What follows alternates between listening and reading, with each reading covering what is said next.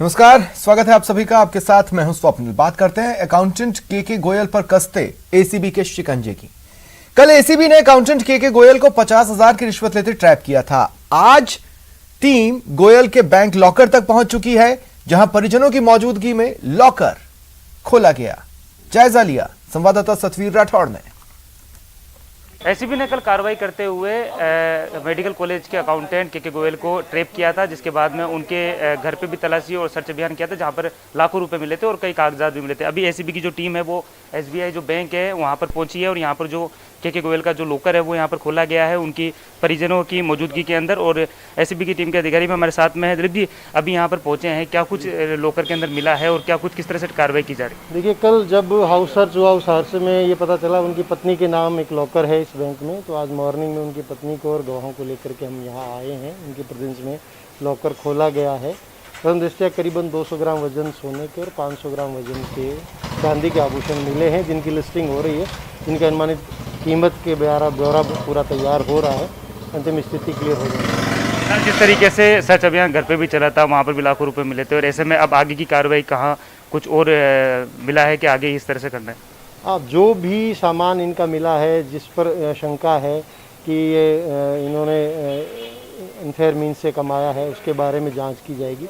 जो सामान इनका मिला है, जो संदिग्ध है, उसकी सूची करके हमने जब्त किया है। जब्त करने के बाद अब इस पर जांच होगी। जांच होकर ये निर्णय होगा कि इनके खिलाफ किस प्रकार का मामला बनता है। बड़ी मात्रा में कहा जा सकता है कि जिस तरह से कार्रवाई को अंजाम दिया गया और जिस तरह से घर पर भी नकद जो पैसे मिले, एफडी मिली, ऐसे माना जा सकता है कि एक बड़ी घूसखोर है जो इस तरह से कार्रवाई की गई। हाँ, प्रथम दृष्टया ये कहा जा सकता है कि ये इस प्रकार की है, और बाकी अंतिम निर्णय जब इनका भी पक्ष लिया जाएगा, इनके पक्ष लिए जाने के बाद कोई अंतिम निर्णय हो पाएगा। अभी जो सामान मिला है वो क्या इनका खुद का है या किस तरीके से, क्या कुछ कागज? वो सारी चीज़ें ही इनके कंसिडरेशन में आएंगी। फिलहाल जो चीज़ मिली है उनको लिस्ट आउट किया जा रहा है। फिर ये लंबी प्रक्रिया है, एक वृहद प्रक्रिया होगी। इनमें इनका पक्ष जान करके फिर निर्णय लिया जाएगा। तो आप देख सकते हैं कि किस तरीके से जो ट्रैप हुआ था अकाउंटेंट, उसके बाद में अब एसीबी की टीम जो उनके बैंक है उनके लॉकर के वहाँ पर पहुंची और यहाँ पर जो लॉकर है उसे खोला गया और उसमें से जो सामान मिला है। सहयोगी भानु प्रताप के साथ सतवीर सिंह, न्यूज़ 18 राजस्थान। और अब बात कोटा के महावीर नगर में हुई सनसनीखेज घटना की। ड्राई क्लीनर संचालक और नौकर में कहासुनी हुई। गुस्साए नौकर ने मालिक पर एसिड फेंक दिया।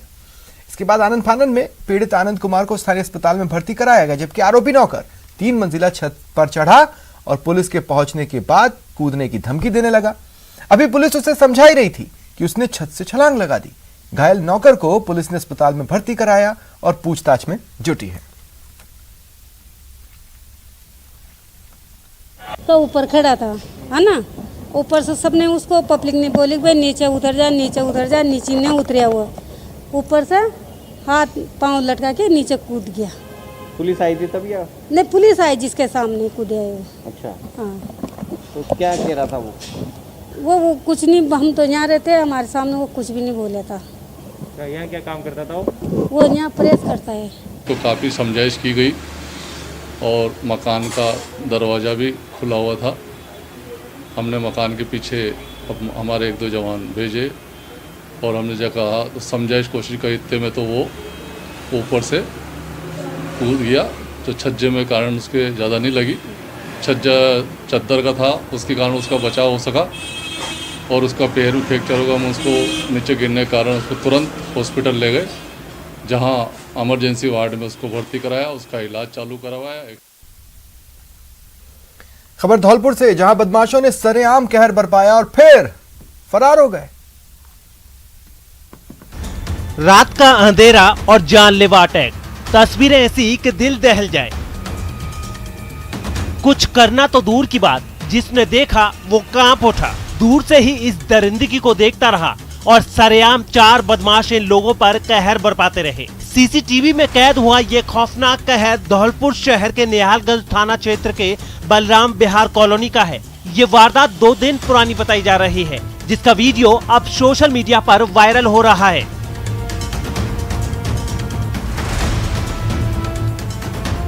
अब शुरुआत से इस बेरहमी की दास्तां को ध्यान से देखिए। रात के अंधेरे में गली में घात लगाकर खड़े हैं ये 4 बदमाश। हमले की तैयारी पूरी, हाथ में डंडे, सरिया और हाथी इनके मंसूबों को बयां कर रही हैं। इंतजार खत्म होता है, इनको एक बाइक आती दिखाई देती है और ये तुरंत चौकन्ने हो जाते हैं, एक्शन में आ जाते हैं, इस बाइक को घेर लेते हैं। बाइक सवार युवक कुछ समझ पाते उससे पहले ये बदमाश बेरहमी से इनको पीटने लगते हैं। दोनों युवकों पर चारों बदमाश डंडे, सरिया और हॉकी से कहर बरपाते रहते हैं। पूरे 40 सेकंड तक सरेआम दो युवक नॉन स्टॉप दरिंदगी का शिकार होते हैं। इस बीच कुछ लोग मौके पर पहुंचते भी हैं, लेकिन इनको रोकने की हिमाकत कोई नहीं कर पाता। अपनी खुन्नस निकालने के बाद ये चारों बदमाश इस कार से आराम से फरार भी हो जाते हैं।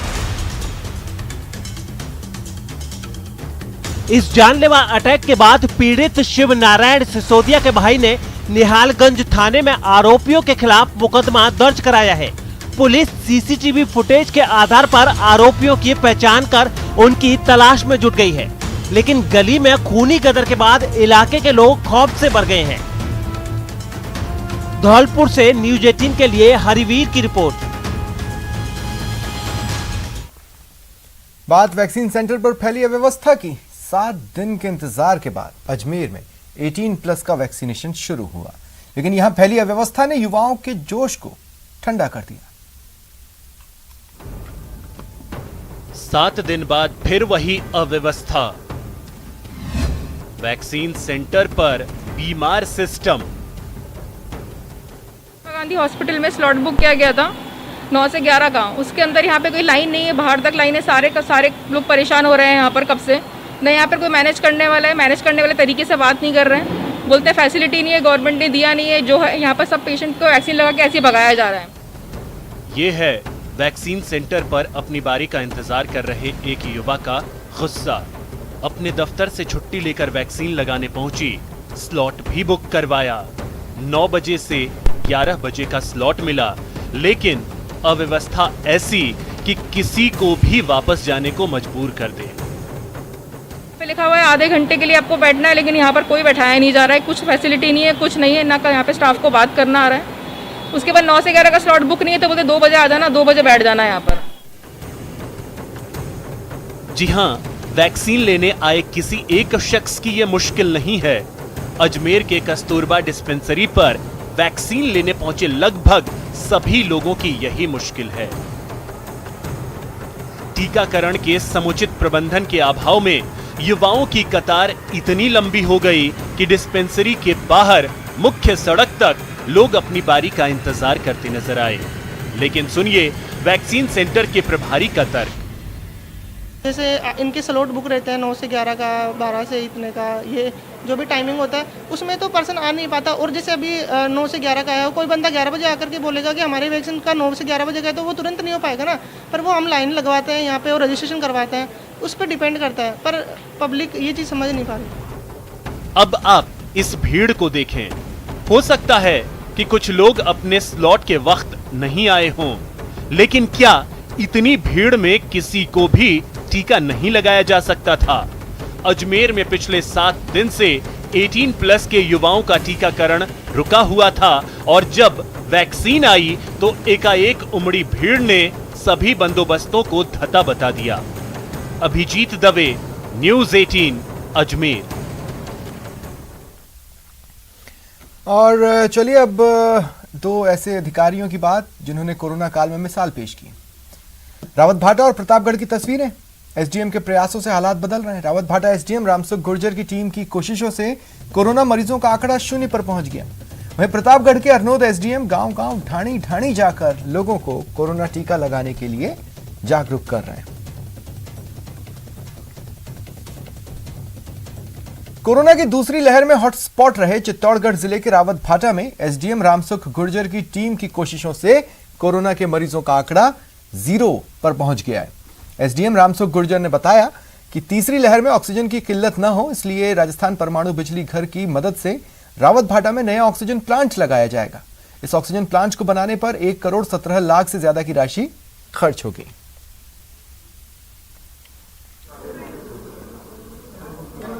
$23,000 का एमयू साइन हुए हैं, तो मैं मानता हूं कि आने वाले समय में रावतभाटा के लिए ये बहुत बड़ी सौगात होगी। एनपीसीएल का मैं तहे दिल से धन्यवाद ज्ञापित करता हूं।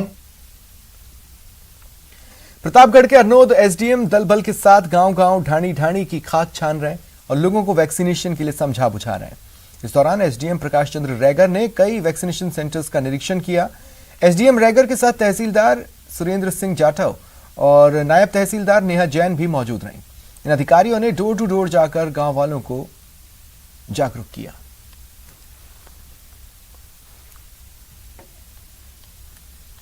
इधर बीकानेर में कोरोना के आंकड़ों में कमी आई है, लेकिन अभी तीसरी लहर का खतरा मंडरा रहा है, इसलिए पुलिस सख्ती के साथ लोगों से नियम पालन करवाने में जुटी है।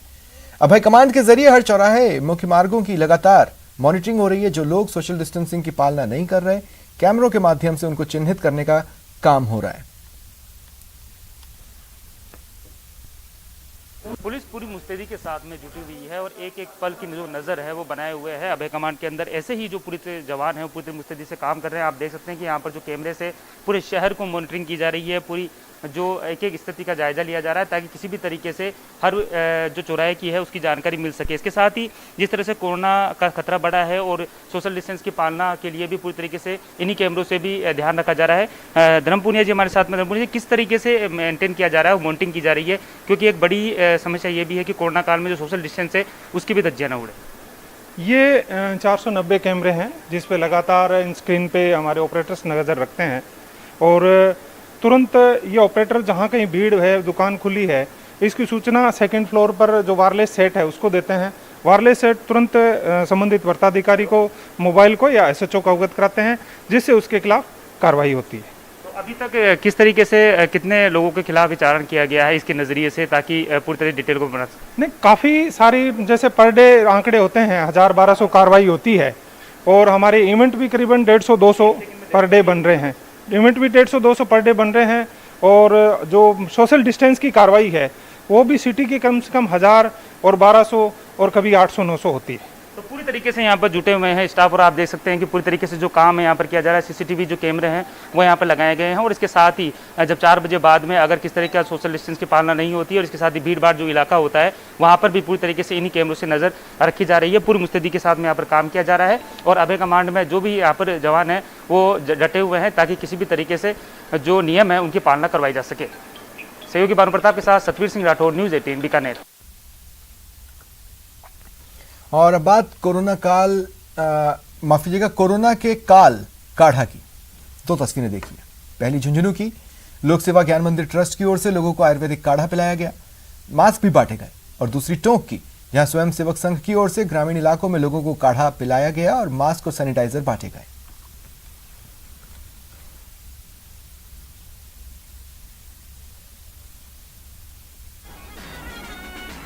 और ये तस्वीरें आप जोधपुर की देख रहे हैं, जहां सैया भय कोतवाल तो डर काहे का, ये कहावत चरितार्थ हुई है। ऐसा क्यों कह रहा हूं, उससे पहले इन तस्वीरों को देखिए। थाने में बैंड बाजे का शोर सुनिए और घोड़े पर सवार इस शख्स को देखिए और उसके पीछे लोगों का हुजूम भी देखिए और साथ ही ये भी देखिए कि कोरोना गाइडलाइंस की धज्जियां उड़ गई हैं।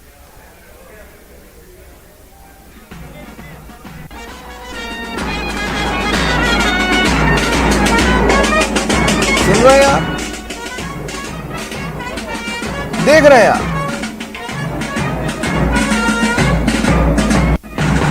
नियमों को तार-तार होते भी देखिए। ये तस्वीर किसी शादी की नहीं बल्कि डीसीपी के विदाई समारोह की। 50 से ज्यादा लोग एकत्रित हो गए। पुलिस बैंड की मधुर धुनों पर डीसीपी साहब को घोड़ी पर बिठाया गया, गाड़ी तक ले जाया गया। इस दौरान साहब और उनके अधिकारी इस बात को भूल गए कि कोरोना वायरस संक्रमण के दौरान विभिन्न प्रकार के उत्सवों को लेकर गाइडलाइन है और इन जारी गाइडलाइंस की पालना करवाने का जिम्मा भी इन्हीं के कंधों पर है। गौरतलब है डीसीपी धर्मेंद्र सिंह यादव का सिरोही एसपी के रूप में तबादला हुआ है, जिसके बाद आज उन्हें पुलिस लाइन से गाजे बाजे के साथ विदा किया गया।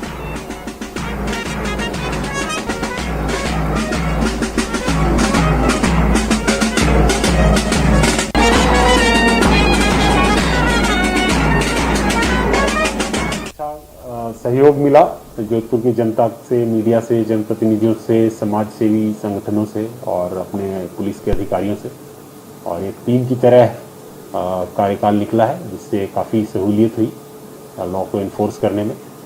और आशा करता हूँ कि जोधपुर की जनता और बाकी जो स्टेक होल्डर्स हैं आगे भी ऐसे ही सहयोग करते रहेंगे पुलिस और प्रशासन का। रुकते हैं ब्रेक के लिए।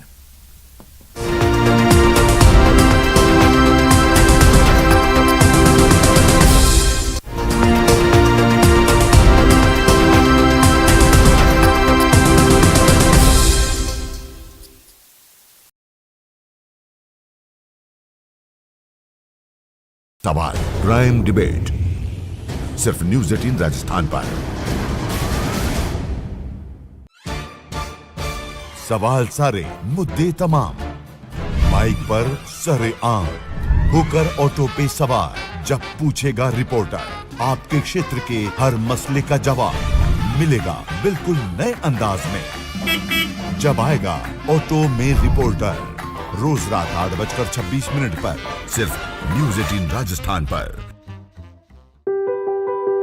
जरूरी है कोरोना की हर एक खबर, जरूरी सरकार के फैसलों का असर, सियासत की चाल और इकोनॉमी का हाल जानना जरूरी, बाजार से एग्रीकल्चर और रोजगार की खबर भी जरूरी। इसलिए देखिए जरूरी खबरों का प्राइम टाइम न्यूज़ 18 प्राइम सिर्फ न्यूज़ 18 राजस्थान पर।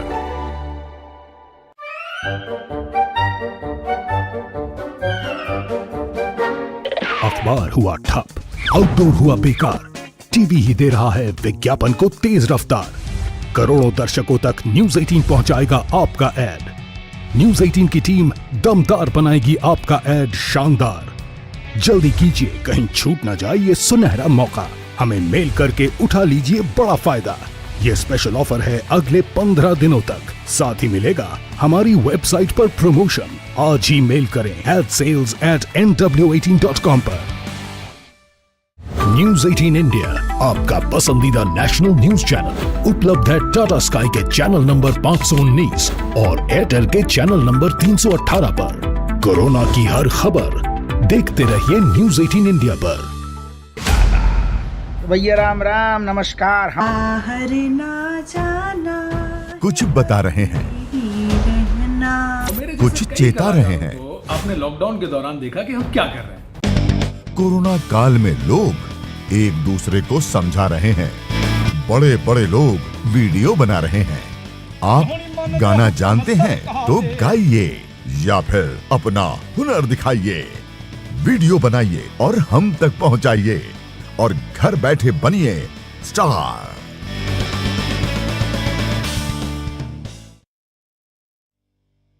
न्यूज़ 18 इंडिया आपका पसंदीदा नेशनल न्यूज चैनल उपलब्ध है डिश टीवी के चैनल नंबर 663 और प्रदेश में मंगलवार से अनलॉक 2.0 की गाइडलाइन लागू हो गई है। इसके तहत कल से सार्वजनिक परिवहन भी शुरू होगा। इसमें रोडवेज बसों का संचालन भी है। कल से रोडवेज अपने बेड़े की करीब 50% बसों से संचालन शुरू करेगा। इसे लेकर मुख्यालय स्तर पर निर्णय हो चुका है। रोडवेज गुरुवार से प्रथम चरण में 100% क्षमता के साथ 1600 बसों से संचालन शुरू करेगा। सभी चीफ मैनेजर्स को अपने अपने डिपो के रूट तय करने की छूट दी गई है।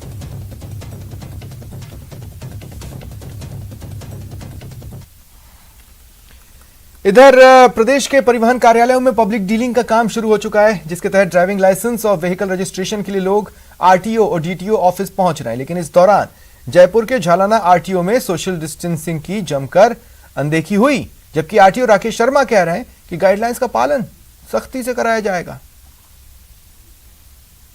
सबसे मोस्ट इम्पोर्टेंट ये है कि लाइसेंसिंग का जो काम है, जिसमें सबसे ज़्यादा पब्लिक डीलिंग होती है, वो 25% की कैपेसिटी से हमने उसको स्टार्ट किया है। इसमें हम ये कोशिश कर रहे हैं कि सोशल डिस्टेंसिंग की पूरी पालना होते हुए और लोग प्रॉपर अपना लाइसेंस बनवाएं, अपना ध्यान रखें, सरकार का भी ध्यान रखें, आम जनता का भी ध्यान रखें, क्योंकि उसमें काफ़ी सारा पब्लिक ड्राइविंग टेस्ट होता है, फिर फ़ोटो भी उसकी खींचती है, वो सारे काम उसमें होते हैं। तो ये हमने प्रक्रिया प्रारंभ की है। तो एक तो 25% की कैपेसिटी से लाइसेंसिंग बन रहे हैं, और फिर जो व्हीकल ट्रांसफ़र है, दूसरे लाइसेंसिंग है, उन सब की हमने अलग अलग विंडोज़ जो हैं, उन विंडोज़ पे भी हमने अलग से गोले बनाए हैं।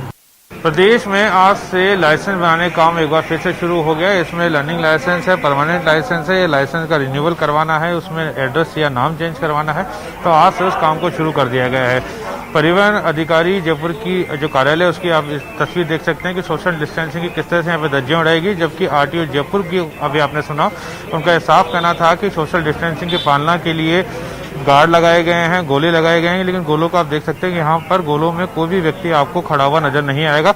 सभी लोग अपनी बारी के लिए गेट पर एक साथ जमा है और अगर पहले दिन ही ये हाल है और आने वाले समय में भी अगर यही हाल और यही स्थिति रहती है तो ये मान के चलिए कि जो कोरोना की जो दूसरी लहर जिस पर बड़ी मुश्किल से सरकार ने और आम जन ने काबू पाया है वो एक बार फिर से वो भयावह स्थिति सामने आपको नजर आ सकती है। हालांकि यहाँ पर सुरक्षा गार्ड मौजूद है, उसकी जिम्मेदारी है कि वहाँ पर सोशल डिस्टेंसिंग को मेंटेन कराए, लेकिन वो भी फिलहाल इस काम में असफल होता हुआ नजर आ रहा है। तस्वीर आपके सामने है कि किस तरह के हालात यहाँ पर हैं, लेकिन आम जन को खुद को भी समझना होगा कि सोशल डिस्टेंसिंग की पालना उनके लिए भी जरूरी है, उनको भी सोशल डिस्टेंसिंग की पालना करनी चाहिए। लेकिन पहले दिन ही जयपुर अगर आरटीओ की बात करें तो हाल यहाँ पर जो है कुछ अच्छे दिखाई नहीं दे रहे हैं। कैमरा पर्सन अविनाश के साथ सचिन कुमार, न्यूज़ 18 जयपुर। पोखरण में गर्मी तीखे तेवर दिखा रही है। हालत यह है कि दोपहर होते होते लोग अपने घरों में दुबक जाते हैं। न्यूज़ 18 राजस्थान की टीम ने शहर के अंबेडकर सर्कल का जायजा लिया। परमाणु नगरी पोखरण में गर्मी ने तेवर दिखाने शुरू कर दिए हैं। लॉकडाउन भी जारी है, लगातार लोगों की भीड़ भी है, इसको लेकर लगातार आपको दृश्य दिखाएंगे। हम इस वक्त खड़े हैं अम्बेडकर सर्किल पर, यहाँ लोगों की आवाजाही भी कम हो गई है। गर्मी ने तीखी तेवर दिखाने से लोग घरों में दुबकते नजर आ रहे हैं। इलेक्ट्रिकल मशीनें भी, कूलर और एसीज भी फ्री, तमाम प्रकार की जो इलेक्ट्रिक है वो भी फेल होते नजर आ रहे हैं। लगातार आपको ये दृश्य दिखाएंगे। सड़कें सुनी हैं, लोगों की सुबह आवाजाही काफ़ी हद तक देखी जा रही है, लेकिन इस वक्त 40 डिग्री तापमान पार कर गया है पारा। लेकिन प्रशासन द्वारा भी कई प्रकार की व्यवस्थाएं की है। नगर पालिका पानी छिड़काव को लेकर भी काफ़ी हद तक जागरूक नज़र आ रहा है। गर्मी के तीखे तेवर से आम लोग भी काफ़ी हद तक परेशान होते नज़र आ रहे हैं। आम लोगों से प्रशासन भी अपील कर रहा है कि अपने गर्मी में घरों में रहिए और दूसरी मार कोरोना की है, कोरोना गाइडलाइन की भी पालना कीजिए। प्रशासन संपूर्ण प्रकार की तैयारियां कर रहा है। प्रशासन लगातार रोकथाम को भी लेकर अपील कर रहा है। कई जगह सोशल डिस्टेंस की धज्जियां भी उड़ाई जा रही थी और अब तापमान के तीखे तेवर से लोग भी अपने घरों में दुबकते नजर आ रहे हैं। कैमरामैन गजेंद्र के साथ सांवल दानरत्न, न्यूज़ 18 पोखरण। और अब मुझे इजाजत, नमस्कार।